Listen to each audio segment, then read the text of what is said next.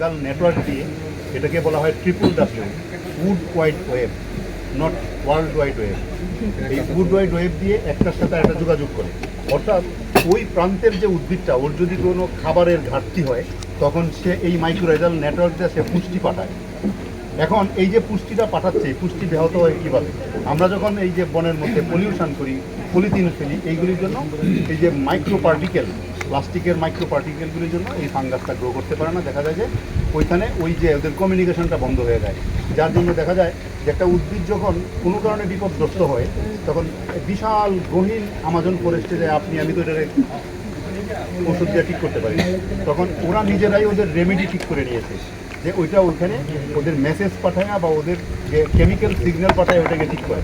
এখন এই কেমিক্যাল সিগন্যালগুলি করে কি পাঠাইতে পারে না, পাঠানোর কারণে দেখা যাচ্ছে যে বনের এক কোণের একটা উদ্ভিদ মরে গেছে। এই যে ক্লোরোফর্ম গাছ ছিল এখানে, যেটাকে অজ্ঞান বৃক্ষ বলতো, একটা গাছ না হয় ঝড়ে পড়ে মরলো, আরেকটা গাছ হঠাৎ করে এমনিতেই মরে গেল। এখন আমরা নিশ্চয়ই জানি না, এটা রিসার্চ করার বিষয় যে এখানে হয়তো বা এরকম কোনো কারণ ছিল যে উদ্ভিদটা তার নিজস্ব যে পরিবেশটাকে পায়নি, না পায় মরছে। এশিয়ার মধ্যে একটা গাছই এটা মারা গেল। তো এখন বিশেষ করে আমাদের যদি এই যে বিশেষ করে প্লাস্টিক পলিউশন নাম্বার 1, এই প্লাস্টিক পলিউশন আমরা বন্ধ করতে গেলে, প্লাস্টিক ব্যবহার বন্ধ করে দিয়ে প্লাস্টিক পলিউশন বন্ধ করতে পারবেন। পৃথিবীর উন্নত বিশ্বে প্রত্যেকটা দেশে প্লাস্টিকের ব্যবহার আছে, পলিথিনের ব্যবহার আছে।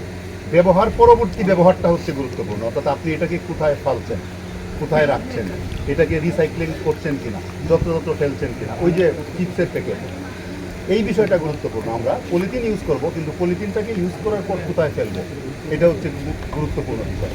যে কারণে দেখা যায় যে আপনার বাড়িতে হঠাৎ করে দেখলেন অজানা কোনো কারণে বেশ কিছু বৃক্ষ মরে গেছে, হঠাৎ করে একটা মরছে, চারটে মরে গেছে, এই যে যাচ্ছে মরে যাচ্ছে। এই যে বিশেষ করে যে এনডেঞ্জার প্ল্যান্টগুলি আরও ধীরে ধীরে পৃথিবী থেকে একদম আমাদের এলাকা থেকে বিলুপ্ত হয়ে যাচ্ছে। এই বিলুপ্ত ঠেকাতে হলে, এটাকে একমাত্র প্রোটেকশন দিতে হলে আমাদের পলিউশন বন্ধ করতে হবে, বেসিকলি প্লাস্টিক পলিউশন বন্ধ করতে হবে। কারণ প্লাস্টিক পলিউশন যদি বন্ধ করতে না পারেন, কারণ এটার মাইক্রো পার্টিকেল, আপনার যখন টমেটো খাচ্ছেন, টমেটো ফলাচ্ছেন মাটিতে, সেই মাইক্রো পার্টিকেল টমেটোর ভিতরে ঢুকছে, আপনি খাচ্ছেন, খাওয়ার পরে আপনার কী হচ্ছে, কার্সিনোমা ডেভেলপ করছে। আজকাল কার্সিনোমা তো বাড়ছে কেন?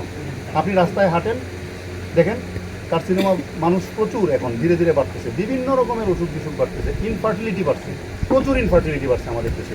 আজকে আপনি যান একজন ইনফার্টিলিটি স্পেশালিস্টের কাছে যায়, দেখেন কত পেশেন্ট তার সঙ্গে বসে আছে, চেক করে দেখেন একবার, এইভাবে বুঝবেন না, চেক করলেই বুঝবেন। আমি জানি এটা, আমি দেখেছি।